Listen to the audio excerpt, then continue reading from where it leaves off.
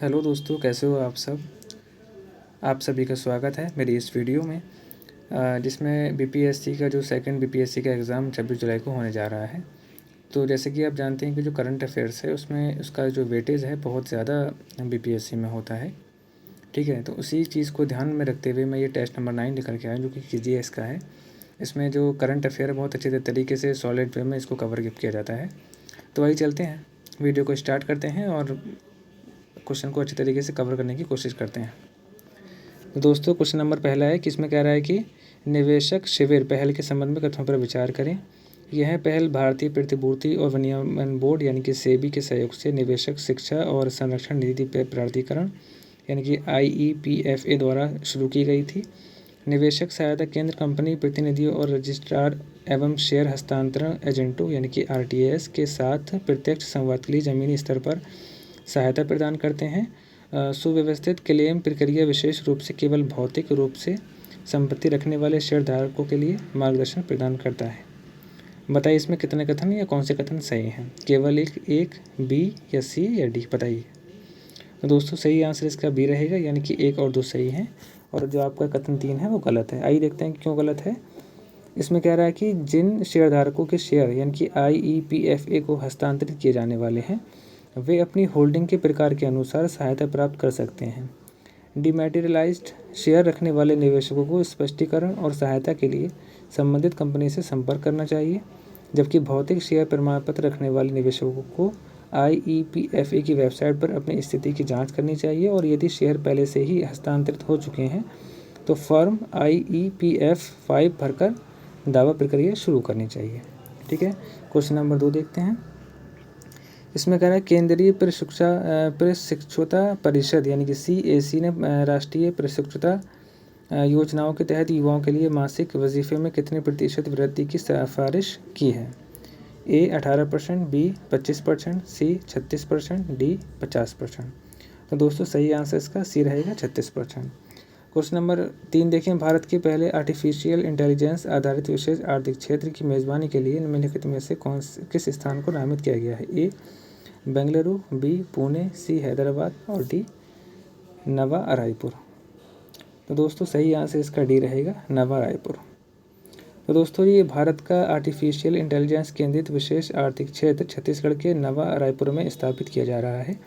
इस परियोजना को रैकबैंक डेटा सेंटर्स प्राइवेट लिमिटेड द्वारा विकसित किया जा रहा है, जो कि कार्बन न्यूट्रल डेटा सेंटर बनाने के लिए जानी जाने वाली कंपनी है और लगभग 1000 करोड़ के निवेश के साथ ये इस स्पेशल इकोनॉमिक जोन का उद्देश्य उन्नत AI बुनियादी ढांचे, डेटा प्रोसेसिंग और तकनीकी नवाचार को बढ़ावा देना है, जो भारत के डिजिटल AI संचालित विकास में एक महत्वपूर्ण कदम है। ठीक है, क्वेश्चन नंबर 4 देखते हैं। SPICED यानी कि स्पीड योजना के संबंध में कथनों पर विचार करें। यह वाणिज्य और उद्योग मंत्रालय के अंतर्गत छोटी और बड़ी इलायची की उत्पादकता बढ़ाने की एक पहल है। यह किसानों और किसान उत्पादक संगठनों यानी कि FPOs दोनों को वित्तीय सहायता प्रदान करता है। बताइए केवल एक सही होगा या B 2 सही होगा या दोनों सही होंगे या दोनों गलत होंगे। तो दोस्तों, सही इसका आंसर आपका क्वेश्चन नंबर 4 है। इसका जो सही आंसर है वो आपका C रहेगा, यानी कि 1 और 2 दोनों कथन सही हैं। आइए थोड़ा इसके बारे में देख लेते हैं। दोस्तों, जो sustainability in the spice sector through progressive innovative and collaborative interventions for export development. तो दोस्तों, इसकी फुल फॉर्म है, इसको अच्छे से याद करना। मैं इसको दोबारा पढ़ दे रहा हूँ ताकि आपको एक रिदम में इसको अच्छे तरीके से याद आ जाए। यानी कि sustainability in the spice sector through progressive innovative and collaborative interventions for export development वाणिज्य और उद्योग मंत्रालय के तहत मसाला बोर्ड द्वारा शुरू की गई एक योजना है। यह भारत के मसाला क्षेत्र में स्थिरता, नवाचार और निर्यात वृद्धि को बढ़ावा देने के लिए विभिन्न घटकों के माध्यम से वित्तीय सहायता प्रदान करती है। कथन 2 भी सही है। क्वेश्चन नंबर 5 देखें। निम्नलिखित दवा उत्पादों पर विचार कीजिए। Neomycin, gentamicin, ciprofloxacin, diclofenac sodium. Pharmaceutical विभाग द्वारा घोषित उत्पादन आधारित प्रोत्साहन यानी कि PLI योजना के नए रोल आउट में उपरोक्त में से कौन से उत्पाद शामिल हैं। A केवल 1, 2, 4, B केवल 2 और 3, C 1 और 4, D 1, 2, 3, 4 यानी कि सभी कथन सही हैं। तो दोस्तों इसका सही आंसर डी होगा, यानी कि सभी दवाओं को इसमें शामिल किया गया है। क्वेश्चन नंबर 6 देखें। इसमें कह रहा है कि खगोलविदों ने अत्यधिक गर्म प्लाज्मा के हालिया बड़े सौर विस्फोट को क्या नाम दिया है? A world bing, B fire flare, C plasma surge, D solar spike या डी ये ई नहीं इसको लगाया गया है। तो दोस्तों सही इसका आंसर ए रहेगा। आइए बर्ड विंग के बारे में थोड़ा देख लें। जो बर्ड विंग है घटना है और नासा के उपग्रहों द्वारा देखी गई एक विशाल और विस्फोट को संदर्भित करती है। इसे यह नाम इसके विशिष्ट दृष्टि आकार के कारण मिला है, जिसमें अत्यधिक गर्म प्लाज्मा सूर्य के उत्तरी गोलार्ध से पंख जैसी आकृतियों में फैलकर अलग हो गया था। यह घटना एक जटिल विस्फोट की थी, जिसमें सौर प्रज्वल, इसमें विद्युत चुंबकीय विकिरण का विस्फोट और कोरोनल मास इंजेक्शन दोनों शामिल थे। क्वेश्चन नंबर 7 देखें। SWOT उपग्रह के संबंध में निम्नलिखित कथनों पर विचार कीजिए। यह नासा और फ्रांसीसी अंतरिक्ष एजेंसी CNES का एक संयुक्त मिशन है। यह महासागरों, झीलों और नदियों में जलस्तर में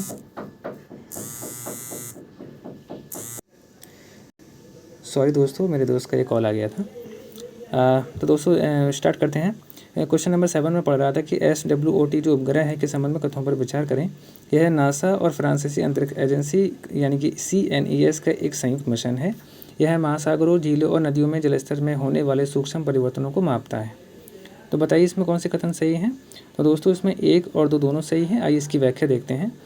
दोस्तों ये आपका जो SWOT मिशन है, पहली बात तो इसकी फुल फॉर्म याद कर लीजिएगा। BPSC जो एग्ज़ाम में अक्सर फुल फॉर्म से संबंधित क्वेश्चन 1-2 क्वेश्चन हर बार बनते हैं, तो है ना, बहुत इजी होते हैं। बस थोड़ा सा इसको ध्यान से सुन लीजिएगा, आपको याद हो जाएगा। देखो ऐसे होता है सरफेस, W से होता है वाटर एंड ओशन टोपोग्राफी। ठीक है, दोबारा पढ़ रहा हूँ। Surface, water and ocean topography. उपग्रह नासा और फ्रांसीसी अंतरिक्ष एजेंसी CNES के बीच एक सहयोगात्मक मिशन है। इसमें अन्य अंतर्राष्ट्रीय भागीदारी ने भी योगदान दिया है और इसे पृथ्वी की सतह के जल और महासागरीय प्रणालियों के बारे में वैज्ञानिक समझ सुधारने के लिए लॉन्च किया गया था। कथन 2 भी सही है, यानी कि जो SWOT उपग्रह महासागरों, नदियों, झीलों और जलाशयों में जलस्तर की ऊंचाई में होने वाले सूक्ष्म बदलावों का पता लगा सकता है और उन्हें माप भी सकता है। यह माप समुद्र के स्तर में वृद्धि, जल प्रबंधन, जलवायु परिवर्तन और बाढ़ के पूर्व अनुमान के अध्ययन में सहायता करते हैं। ठीक है, क्वेश्चन नंबर 8 देखते हैं। ध्रुव। देखिए दोस्तों ये ध्रुव क्वेश्चन है। इसके क्वेश्चन 2026 में जो UPSC का एग्ज़ाम हुआ था, तो उससे लेकर इससे क्वेश्चन बना था, तो ये टॉपिक बहुत ज़्यादा इंपॉर्टेंट है। आइए देखते हैं। इसे दूरसंचार विभाग द्वारा राष्ट्रीय डिजिटल पब्लिक इंफ्रास्ट्रक्चर यानी कि DPI बनाने के लिए जारी किया गया है और यह एड्रेस एज अ सर्विस यानी कि इसको आस बोलते हैं कि अवधारणा पर आधारित है। इसका उद्देश्य एड्रेस डेटा साझाकरण को केवल सरकारी एजेंसियों तक ही सीमित रखना है। तो बताइए इसमें कौन से कथन या कितने कथन सही है?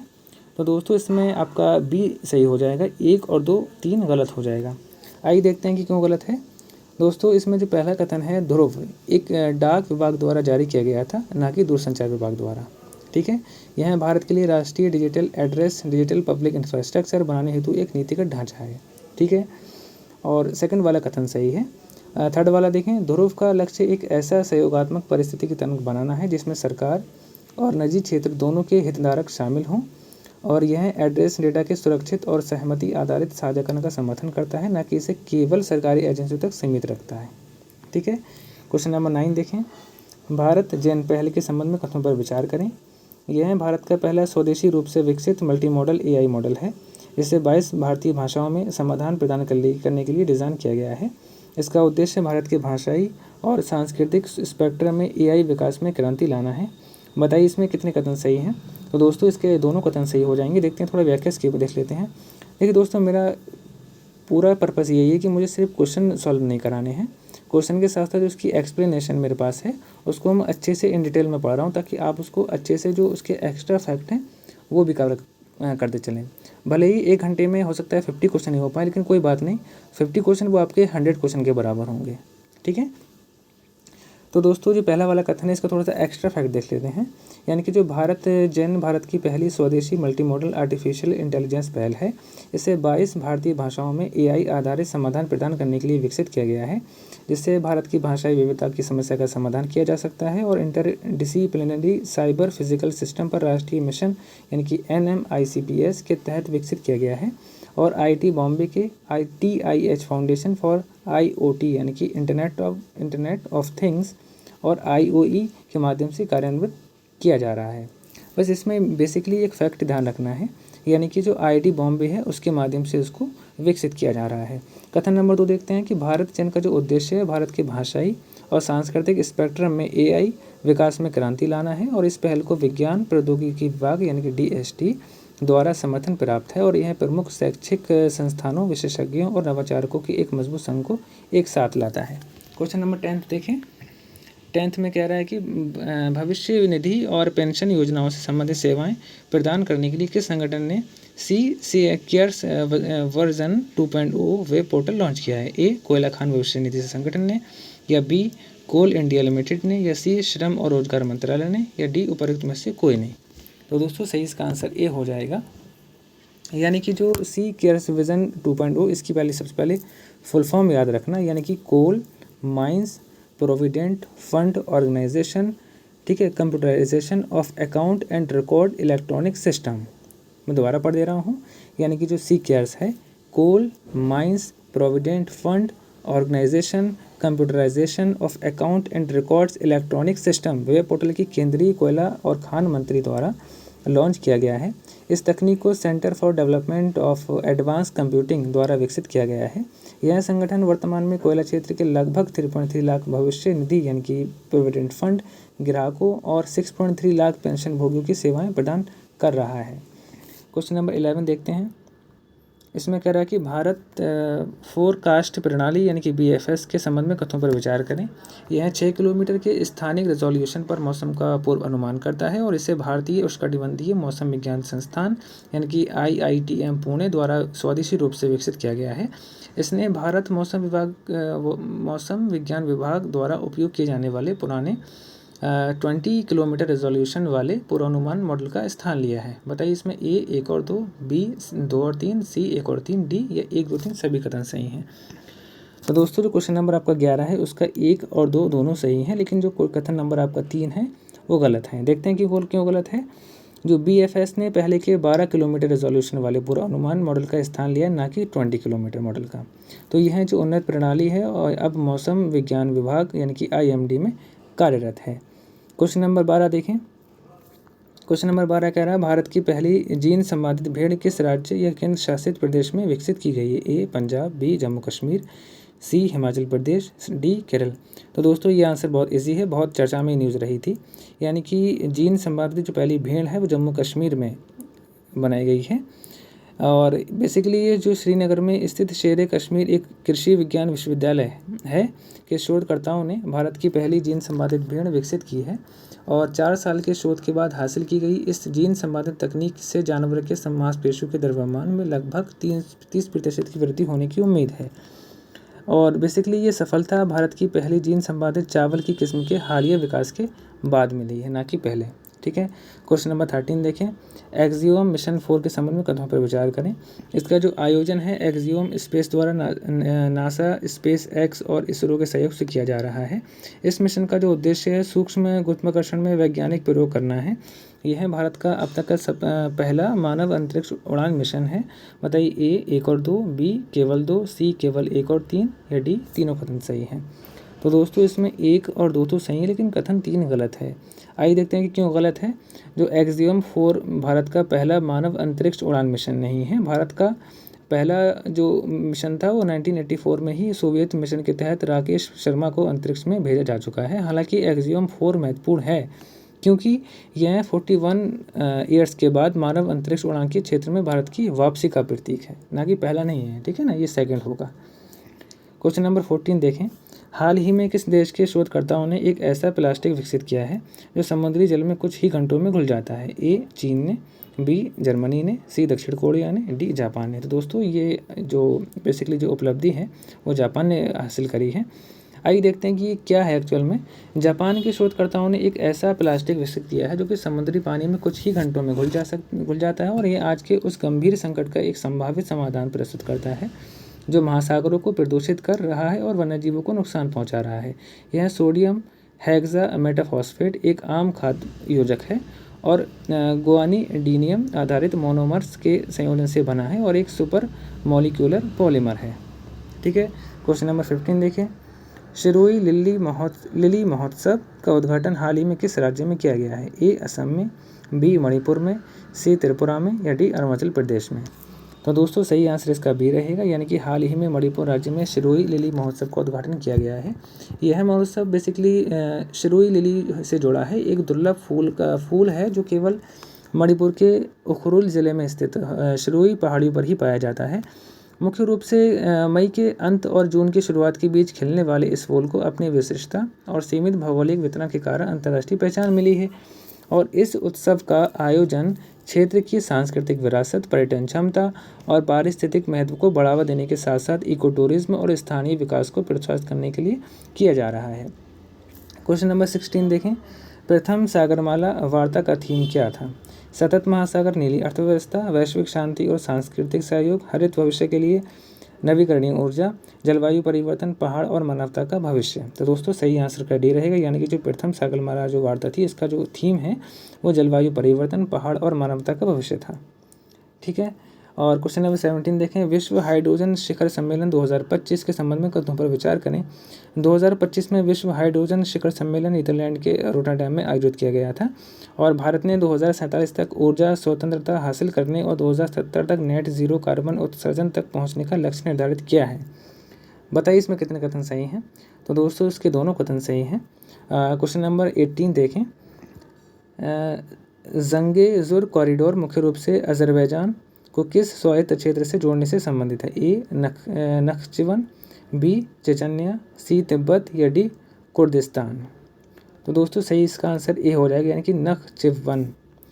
तो दोस्तों जो आपका जांगेजुर कॉरिडोर है वो बेसिकली अजरबैजान गणराज्य के मुख्य भूभाग और नखाविचिवन स्वायत्त गणराज्य के बीच निर्बाध परिवहन सुविधा प्रदान करेगा।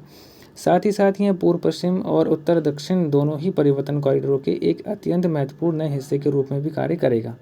यह परियोजना तुर्की जगत में एकीकरण को बढ़ावा देगी, क्षेत्रीय आर्थिक सहयोग के लिए एक नए युग की शुरुआत करेगी और यूरेशियाई लॉजिस्टिक्स नेटवर्क पर एक रणनीतिक कड़ी स्थापित करेगी। क्वेश्चन नंबर 19 देखते हैं। हाल ही में शुरू किया गया क्लीन प्लांट प्रोग्राम शुरू में निम्नलिखित में से किस फसल पर केंद्रित है? ए गेहूँ, चावल और मक्का, या दूसरा चाय, कॉफ़ी या रबड़, या अंगूर, संतरे और अनार, या कपास, जूट और गन्ना? तो दोस्तों सही इसका आंसर सी हो जाएगा, यानी कि अंगूर, संतरे और अनार। क्वेश्चन नंबर 20 देखें। इसमें बोल रहा है कि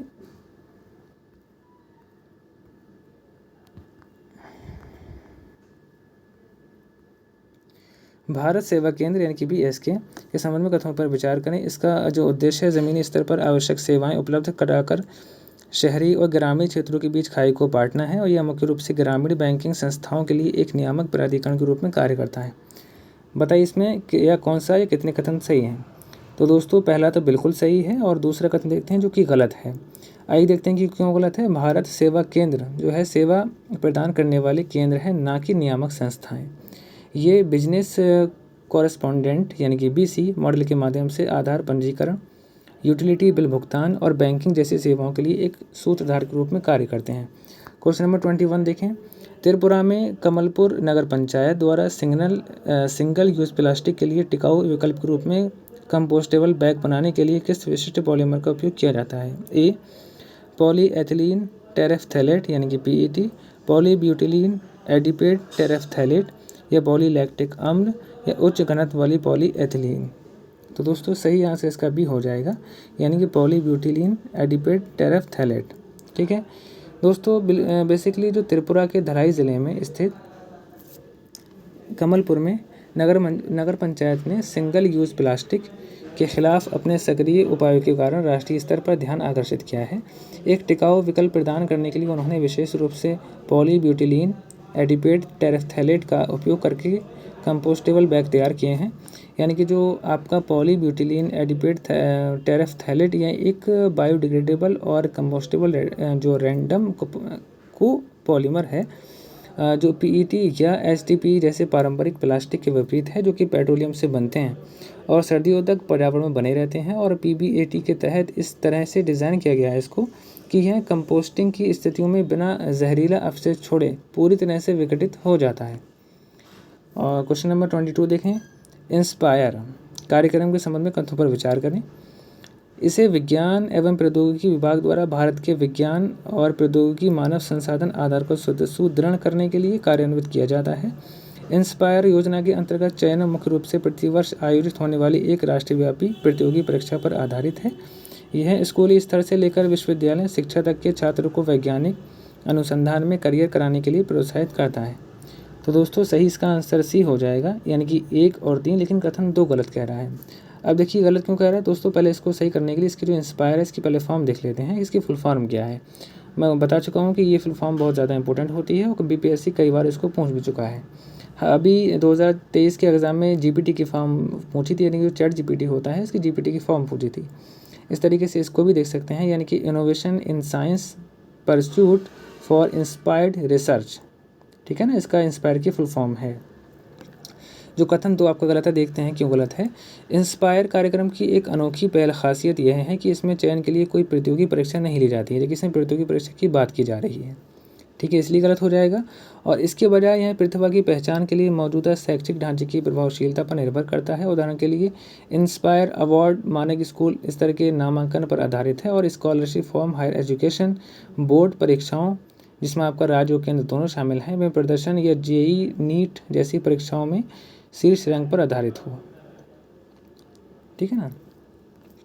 क्वेश्चन नंबर 23 देखें, इसमें कह रहा है विश्व पर्यावरण दिवस 2025 के अवसर पर सामाजिक न्याय और अधिकारिता मंत्रालय द्वारा हाल ही में किए गए शुभारंभ के संदर्भ में कचरा बीनने वालों की गणना वाले ऐप यानी कि वेस्ट पिकर इम्यूनरेशन ऐप का प्राथमिक उद्देश्य क्या है। तो दोस्तों सही इसका आंसर सी हो जाएगा, यानी कि नमस्ते योजना के तहत लाभ प्रदान करने के लिए कचरा बीनने वालों की प्रोफाइल तैयार करना और उनकी पहचान करना है। क्वेश्चन नंबर 24 देखें, इसमें कह रहा है INSV कॉर्डिनेट के संबंध में कथनों पर विचार करें। यह एक अजंता गुफा चित्रों में दर्शाए गए 5वीं शताब्दी के एक जहाज से प्रेरित है। इसका नाम उस महान नाविक कॉर्डिनेट के नाम पर रखा गया है जिनका संबंध भारत और दक्षिण पूर्व एशिया के बीच प्राचीन समुद्री संपर्कों से था। तो दोस्तों बिल्कुल सही इसका आंसर सी हो जाएगा, दोनों कथन बिल्कुल सही हो जाएंगे। क्वेश्चन नंबर 25 देखें,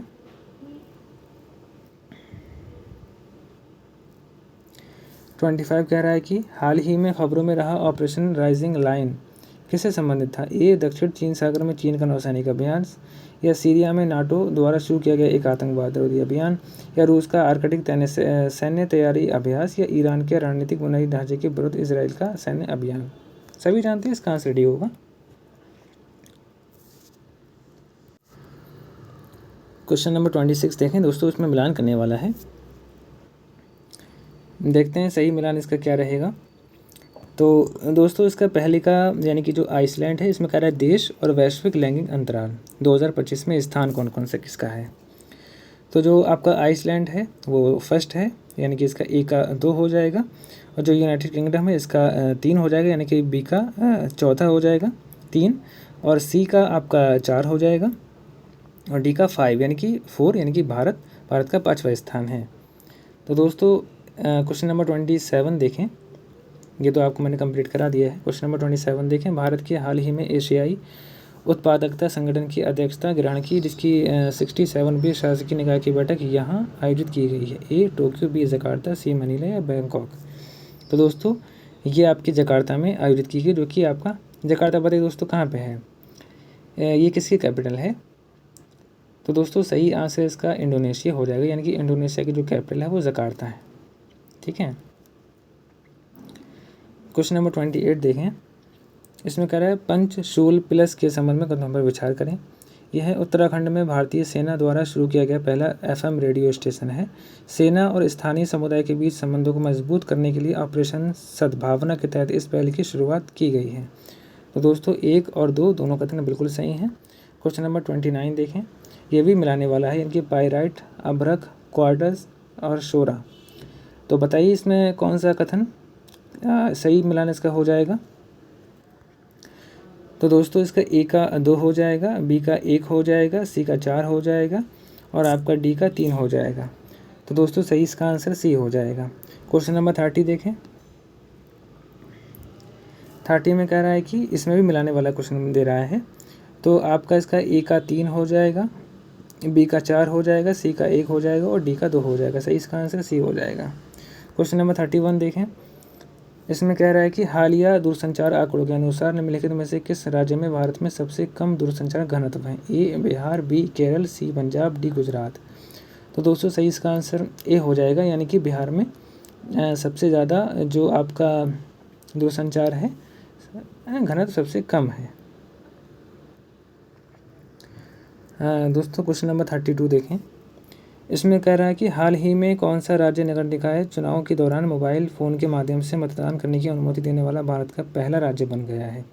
तो दोस्तों सभी जानते हैं स्पेशल जो SIR हुआ था, ठीक है ना, उसके माध्यम से जितनी भी इन्फॉर्मेशन आई थी उसी को लेकर ये क्वेश्चन बन रहे हैं। तो सही इसका आंसर बी यानी कि बिहार हो जाएगा। क्वेश्चन नंबर 33 देखें। नव्य यानी कि कार्यक्रम के संबंध में कथनों पर विचार करें। इसे महिला और बाल विकास मंत्रालय, कौशल विकास एवं उद्यमिता मंत्रालय द्वारा संयुक्त रूप से शुरू किया गया था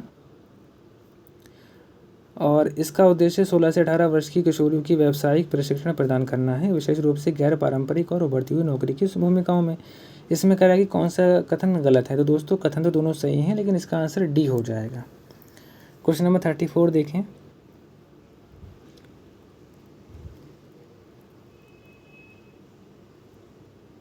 इसमें कह रहा है कि 11वें भारत का मक्का शिखर सम्मेलन 2025, इस शिखर सम्मेलन का आयोजन नई दिल्ली में फिक्की और भारतीय मक्का अनुसंधान संस्थान द्वारा संयुक्त रूप से किया गया था। और दूसरा, भारत का लक्ष्य 2047 तक मक्का उत्पादन को बढ़ाकर 86 मिलियन टन करना है। तो दोस्तों इसमें दोनों कथन गलत हैं, दोनों कथन इसमें सही आपके हो जाएंगे। और क्वेश्चन नंबर 35 देखें। इसमें बोल रहा है कि हाल ही में कौन सा देश यूनिफाइड पेमेंट्स इंटरफेस सिस्टम का उपयोग करके भारत के भीम ऐप के माध्यम से लेन देन की अनुमति देने वाला पहला कैरिबियाई देश बन गया है? जो त्रिनिदाद और टोबैगो हैं, ये एंटीगुआ या बारबुडा हैं, या सेंट किट्स और नेविस हैं, या सेंट विंसेंट और ग्रैंड डाउन्स हैं? दोस्तों सही इसका आंसर ए हो जाएगा, क्योंकि हाल ही में जो हमारे मोदी जी हैं वहाँ पे उन्होंने विज़िट करी थी और विज़िट करने के बाद यही जो UPI को लेकर के उन्होंने एग्रीमेंट करवाया था, यानी कि वो अब पेमेंट UPI के माध्यम से भीम ऐप से करेंगे हम, ठीक है। क्वेश्चन नंबर 36 देखें। कौन सा संगठन हाल ही में लगभग 4300 करोड़ मूल्य के ऋण संचालन शुरू करने वाला भारत का पहला समुद्री केंद्रित गैर बैंकिंग वित्तीय कंपनी बन गया है? ए भारतीय अंतर्देशीय जलमार्ग प्राधिकरण, या B shipping corporation of India, या C Sagarmala finance corporation limited, या डी कोचीन शिपयार्ड लिमिटेड। तो दोस्तों सही इसका आंसर सी हो जाएगा, यानी कि Sagarmala finance corporation limited. Question number 37 देखें। इसमें कह रहा है कि सी फ्लड प्लेटफॉर्म के बारे में है कि जो DCDEC पुणे और केंद्रीय जल आयोग द्वारा संयुक्त रूप से विकसित एक एकीकृत बाढ़ पूर्व अनुमान प्रणाली है। यह 2 दिन पहले तक ग्राम स्तर पर बाढ़ पूर्व अनुमान और जल स्तर की भविष्यवाणी करता है। और वर्तमान में यह प्लेटफॉर्म गंगा, ब्रह्मपुत्र और नर्मदा नदी घाटियों को कवर करता है। तो दोस्तों सही इसका आंसर ए हो जाएगा, यानी कि 1 और 2 तो सही हैं, लेकिन 3 इसका गलत है। इसमें कह रहा है ना कि भारत में ये प्लेटफॉर्म महानदी, गोदावरी और तापी नदी घाटियों को कवर करता है, ना कि गंगा, ब्रह्मपुत्र और नर्मदा को, इसलिए कथन गलत हो जाएगा। 38 देखें। हाल ही में हुई कृत्रिम वर्षा के दौरान दिल्ली सरकार द्वारा निम्नलिखित में से किस पदार्थ का उपयोग किया गया है? सिल्वर आयोडाइड, या सल्फर डाइऑक्साइड, या हीलियम, या नाइट्रस ऑक्साइड? तो दोस्तों सभी जानते हैं कि जो आर्टिफिशियल रेन होती है उसको करने के लिए सिल्वर आयोडाइड की आवश्यकता पड़ती है, जो कि एक केमिकल है। क्वेश्चन नंबर 39 देखें। प्रस्तावित अरावली जंगल सफारी के संबंध में कथनों पर विचार करें। हरियाणा सरकार इसे अंतर्राष्ट्रीय स्तर की सुविधाओं के साथ एशिया की सबसे बड़ी जंगल सफारी के रूप में विकसित करने की योजना बना रही है और यह योजना मात्र जो वन अभियान के तहत अरावली ग्रीन वर्ल्ड प्रोजेक्ट से जुड़ी है। तो दोस्तों सही इसका आंसर क्या हो जाएगा? केवल दो, या 1 और 2 दोनों? तो दोस्तों सही इसका आंसर सी हो जाएगा। क्वेश्चन नंबर आपका 40 देखें। इसमें कह रहा है कि भारतीय राष्ट्रीय राजमार्ग प्राधिकरण यानी कि NHAI द्वारा निर्मित भारत का पहला समर्पित वन्यजीव गलियारा कौन सा है और जो जानवरों की सुरक्षित आवाजाही को सुविधा प्रदान करता है? Eastern peripheral expressway, Delhi Mumbai expressway, Mumbai Pune expressway, या बेंगलुरु मैसूर एक्सप्रेसवे? दोस्तों क्वेश्चन नंबर जो आपका 40 रहेगा तो उसका सही इसका आंसर बी रहेगा, ठीक है, यानी कि दिल्ली मुंबई एक्सप्रेस वे। 41 देखें, पोत निस्तार के संबंध में कथनों पर विचार करें। यह है भारतीय नौसेना का सौंपा गया पहला स्वदेशी रूप से डिज़ाइन और निर्मित डाइविंग सपोर्ट वेसल है। इसमें 1500 मीटर की गहराई तक डीप सी सैचुरेशन डाइविंग करने की क्षमता है। तो दोस्तों बताइए इसमें कितने कथन सही हैं। तो दोस्तों क्वेश्चन नंबर 41 जो है आपको उसका सही आंसर ए हो जाएगा। 2 कथन गलत है। क्यों? क्योंकि यह पोत की जो गहराई है वो 300 मीटर है, ना कि 1500 मीटर है, ठीक है ना, और इसलिए क्वेश्चन ये गलत हो जाएगा। क्वेश्चन नंबर 42 देखें, INS तमाल के संबंध में कथनों पर विचार करें। इसे रूस के कैलिनिग्राद स्थित यंत्र शिपयार्ड में कमीशन किया गया था। यह ब्रह्मोस सुपरसोनिक क्रूज मिसाइलों और ह्यूमसा NG सोनार प्रणाली से युक्त है। आत्मनिर्भर भारत की पहल के तहत इसमें 100% स्वदेशी घटक लगे हैं। तो दोस्तों इसमें पहला और दूसरा तो सही है, लेकिन तीसरा गलत है। क्यों? क्योंकि इसमें 100% स्वदेशी घटक नहीं लगे हैं, बल्कि इसमें 26% जो है स्वदेशी सामग्री है, ठीक है। और क्वेश्चन नंबर 43 देखें, इसमें कह रहा है कि इफ़को ने किस देश में अपना पहला विदेशी नैनो उर्वरक संयंत्र स्थापित करने की घोषणा की है। ए अर्जेंटीना, बी ब्राज़ील, सी मैक्सिको और डी चिली। तो दोस्तों सही इसका आंसर बी हो जाएगा। क्वेश्चन नंबर 44 देखें, देशों के सर्वोच्च नागरिक सम्मानों के संबंध में कथनों पर विचार करें। ब्राज़ील अपना सर्वोच्च नागरिक सम्मान प्रदान करता है जिसका शीर्षक है order of the most ancient Welwitschia mirabilis. कथन नंबर 2 देखिए, नामीबिया अपना सर्वोच्च नागरिक सम्मान प्रदान करता है जिसका शीर्षक grand collar of the national order of the southern cross है। तो दोस्तों सही इसका आंसर डी हो जाएगा, यानी कि 1 और 2 दोनों कथन गलत हैं। क्यों? क्योंकि जो order of the most ancient Welwitschia जो माइराबिलिस ब्राज़ील का सर्वोच्च नागरिक सम्मान नहीं है, बल्कि यह एक नामीबिया का सर्वोच्च नागरिक सम्मान है। हाल ही में नामीबिया के राष्ट्रपति द्वारा इसे नरेंद्र मोदी को प्रदान किया गया था, जिसे ये वर्तमान सम्मान पाने वाले पहले भारतीय बन गए हैं। और स्टेटमेंट 2 भी गलत है। क्यों? क्योंकि जो Grand collar of the national order of the Southern Cross Namibia द्वारा प्रदान नहीं किया जाता है। यह ब्राज़ील का सर्वोच्च नागरिक सम्मान है और द्विपक्षीय और वैश्विक सहयोग को मजबूत करने में उनकी जो भूमिका की मान्यता में ब्राज़ील के राष्ट्रपति द्वारा नरेंद्र मोदी को इस सम्मान से नवाजा गया है। दोस्तों जो डिस्क्रिप्शन है आपका बस ओवरलैप कर दिया गया है, यानी कि ऊपर का नीचे कर दिया है और नीचे को ऊपर कर दिया है। वैसे आंसर बिल्कुल सही है। 45 देखें, क्वेश्चन नंबर इसमें मिलाने की बात कर रहा है। तो आपका दोस्तों पराग जैन का आपका गोवा के राज्यपाल हैं, या कि एक सॉरी दोस्तों इसका आपका एक दो हो जाएगा, यानी कि जो पराग जैन हैं वो रॉ के प्रमुख हैं। और आपका जो बी है केवेंद्र गुप्ता, तो वो लद्दाख के उपराज्यपाल नियुक्त किए गए हैं। और जो अशोक गजपति राजू जो हैं वो आपके गोवा के राज्यपाल हैं। और डी की बात करें तो आपका जो असीम कुमार घोष हैं तो वो आपका हरियाणा के राज्यपाल हैं। तो इसलिए क्वेश्चन नंबर आपका सी सही हो जाएगा। क्वेश्चन नंबर 46 देखें, इसमें कह रहा है कि woman life freedom Prem Prakash यानी कि बुक है और लेखक के नाम दिए गए हैं। History that India ignored Jacinda Kate Laurence Ardern the different kinds of power चोरा मकरेमी स्वास्थ्य के प्रहरी या ललित शौर्य। तो दोस्तों सही इसका आंसर ए हो जाएगा, यानी कि ए का 3 हो जाएगा, बी का 1, सी का 2 और डी का 4 हो जाएगा। इसको सही से मिला लीजिएगा। क्वेश्चन नंबर 47 देखें, शिखर सम्मेलन के बारे में है और उसके मेज़बान देशों के सही मिलान करना है। यानी कि जो बॉन कन्वेंशन है 2025 में जर्मनी में क्या हुआ था। 51वां जो G7 शिखर सम्मेलन है इसका जो आयोजन है कनाडा में हुआ था। 22वीं SCO रक्षा मंत्रियों की बैठक भारत में हुई थी और नाटो शिखर सम्मेलन 2026 तुर्की में हुआ था। तो दोस्तों सही युग्म आपको चुनने हैं, यानी कि 47 में आपका सही यानी कि 3 आपकी युग्म सही सुमेलित हैं। यानी कि आपका पहला सही सुमेलित है, दूसरा सही सुमेलित है और आपका जो तीसरा है वो भी सही सुमेलित है, चौथा गलत है। क्यों?